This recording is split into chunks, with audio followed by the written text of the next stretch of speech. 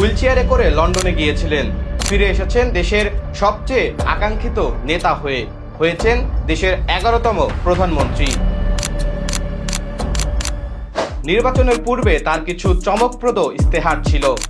Family card, কৃষি ঋণ মওকুফ, খালকাটা কর্মসূচি, কৃষক কার্ড, ইমাম মুয়াজ্জিন ও পুরোহিতদের বেতনের আওতায় নিয়ে আসা ইত্যাদি।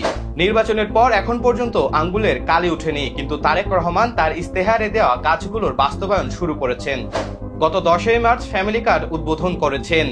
আজ 16ই মার্চ দিনাজপুরে খাল খনন কর্মসূচি উদ্বোধন করা হয়েছে এবং আগামী 5 বছরের মধ্যে 20,000 কিলোমিটার খাল খনন করা হবে। কৃষকদের ঋণ মওকুফ হয়েছে 1550 কোটি টাকা। কৃষক কার্ড বিতরণ হবে 14 এপ্রিল থেকে।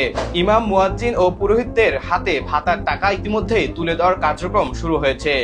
তবে কি তারেক রহমান পারবেন আপনার প্রত্যাশাগুলো পূরণ করতে? আপনার মতামত কি অবশ্যই কমেন্টে জানাবেন।